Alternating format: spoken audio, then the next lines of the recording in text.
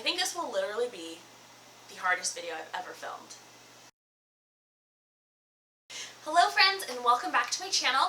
I'm Corina, and today I have a video to share with you that is both scary for me to share, but also exciting, and hopefully for you it will be beneficial and encouraging.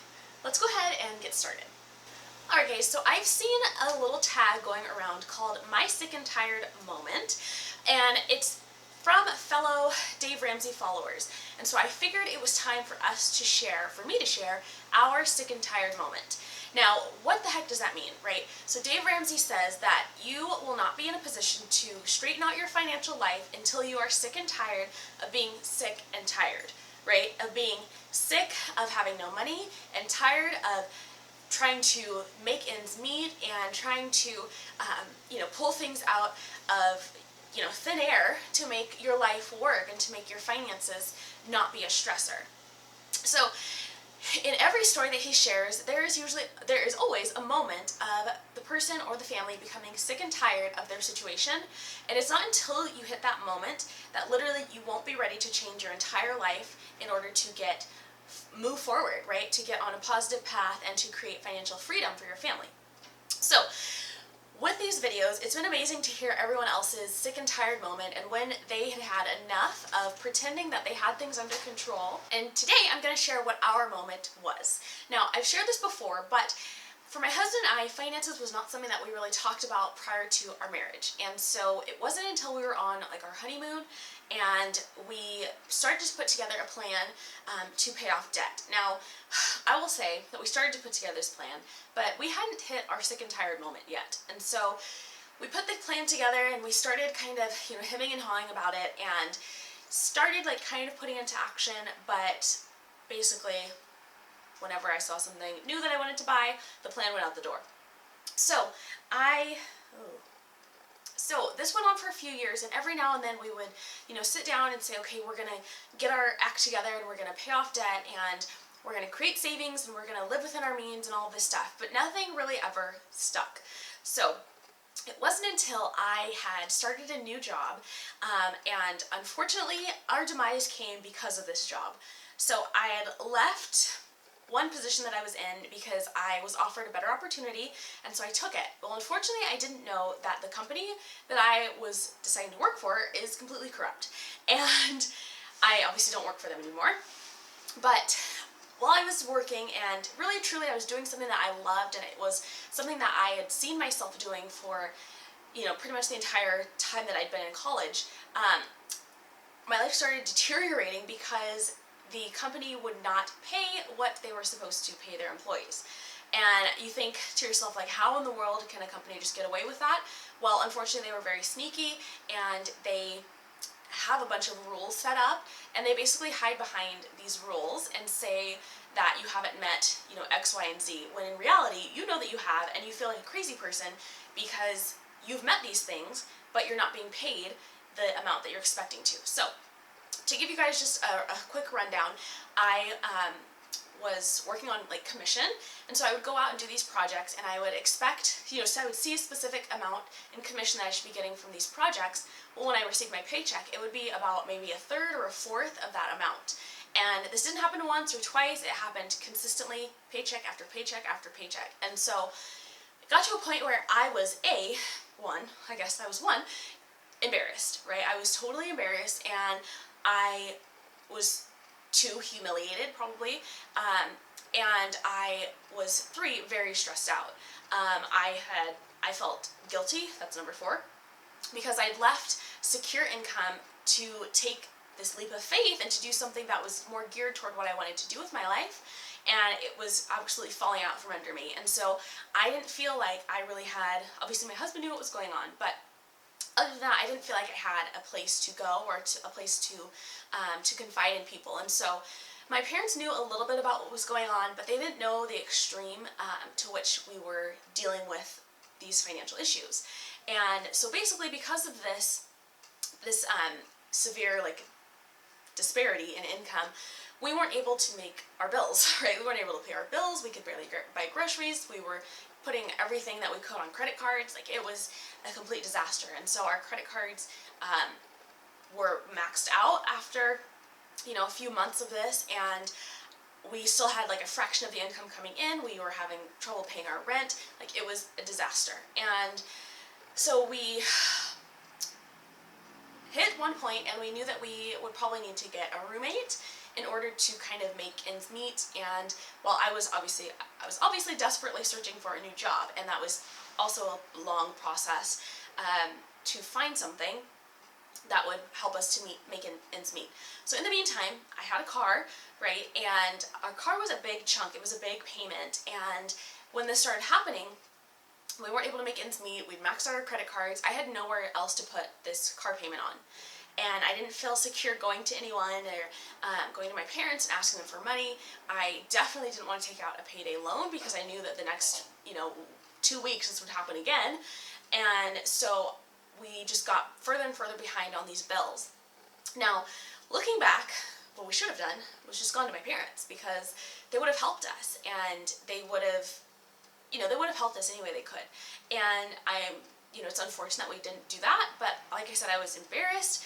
I was convinced that my parents would be like, what in the world were you thinking?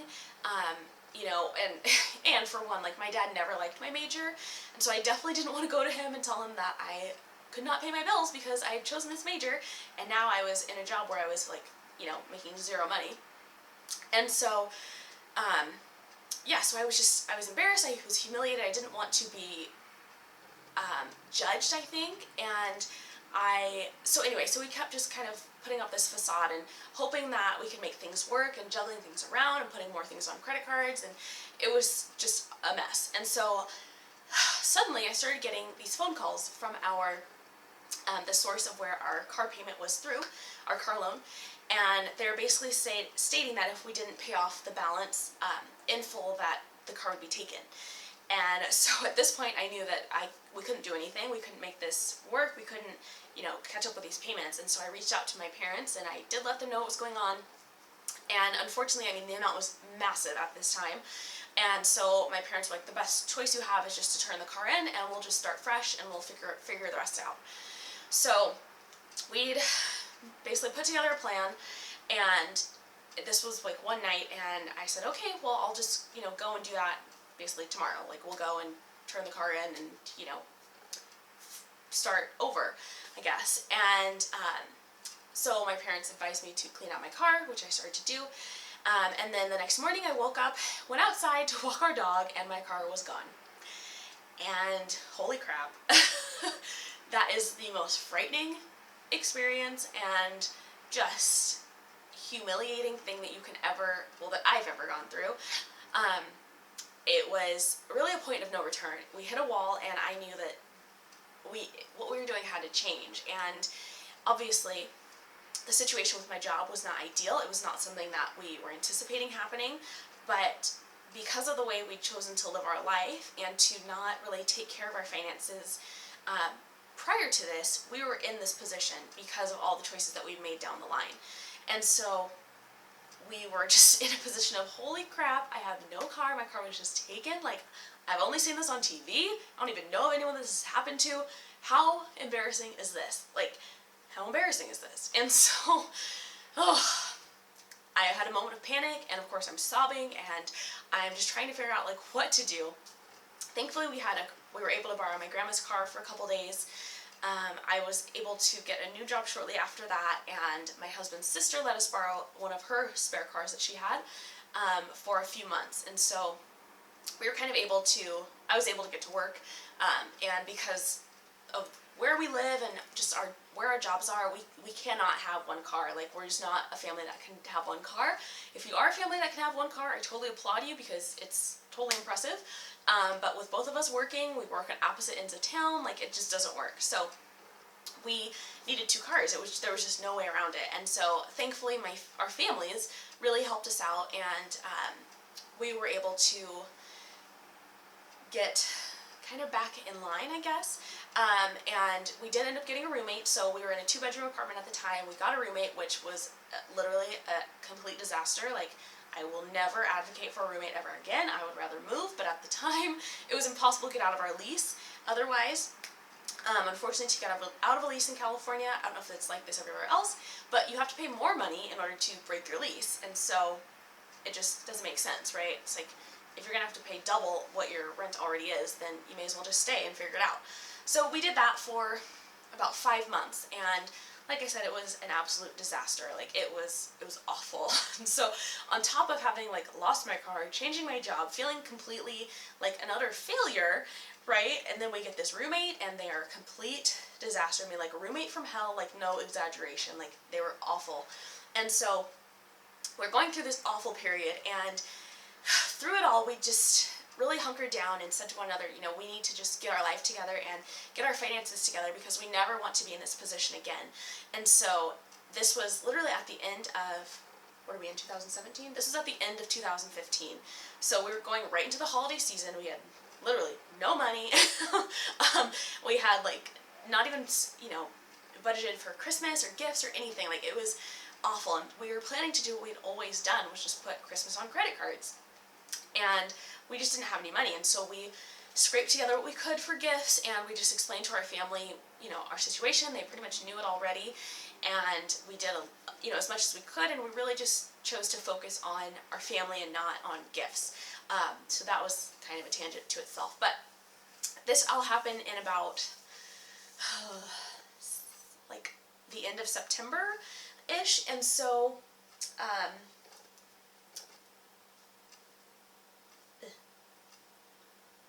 So we started the Dave Ramsey plan pretty much immediately, and baby step 0 is to get current on your bills, which was really difficult because, like I said, we had, you know, very little income coming in from me, and, you know, my husband's income, of course, but we weren't able to make ends meet. We were living above our means is basically what was happening. And so even prior to this new job, we were living above our means. We were spending, you know, if not as much money as that was coming in, maybe more money that was actually coming in.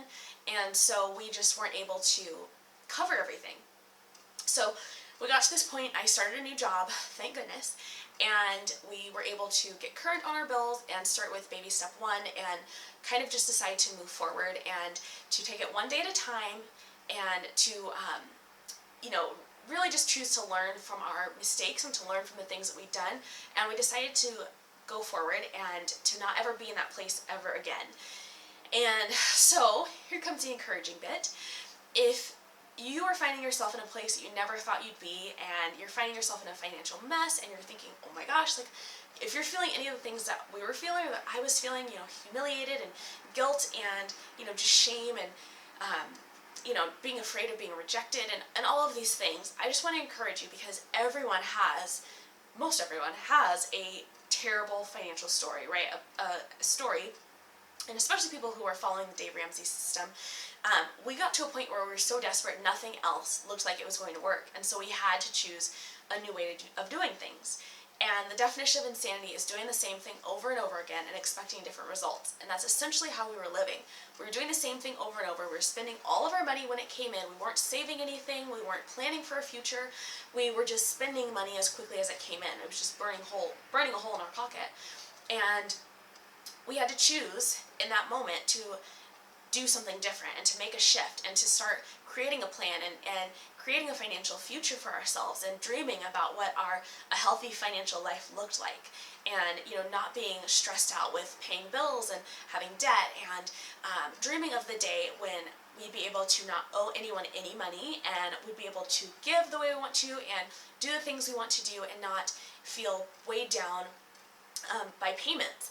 And so it's so hard to go from a place of having literally zero money and zero hope to a place of, okay, we can do this. But I just want to encourage you to do it one step at a time. I'm here for you. You now know my sick and tired moment and the ugly, ugly financial place that we were in. And I hope it's encouraging to you, because I've been there. I've walked in those, you know, I've walked in those footsteps. I've been in your shoes. I know how terrifying it is when you, like, are reading about this plan and you're like, how am I supposed to save $1,000 when I can't even pay my rent? Like, I've been there, you know, we've been there, my husband and I, we've been there. And so I'm here to encourage you guys. And, you know, I started this channel to offer this, to encourage others and to share my journey, and because throughout my life, I've not always made the greatest decisions, and the one thing that I can say is that if you look at your decisions and you choose to harp on them and to, blame situations and circumstances and other people, or if you choose to hang on to those emotions of feeling guilty or feeling humiliated, then you never give yourself an opportunity, you never give God an opportunity to use your story and to use the experience that you went through to help others. And so that is my whole reason for being on YouTube and putting myself out there and sharing all this financial mess, is to encourage you and to help you. So thank you guys so much for watching. I hope this has encouraged you. I'm amazed I didn't cry through this. We will see how, just kind of what comes of this, but I hope it's been encouraging to you. I would love to know if you've had a sick and tired moment. I would love to know what it is, if you're comfortable to share in the comment below. If you just woke up one day and decided that you were ready to start living focused on your financial future, I would love to hear about that as well. Thank you guys so much for watching. Don't forget to subscribe for more videos from me, and I will see you next time.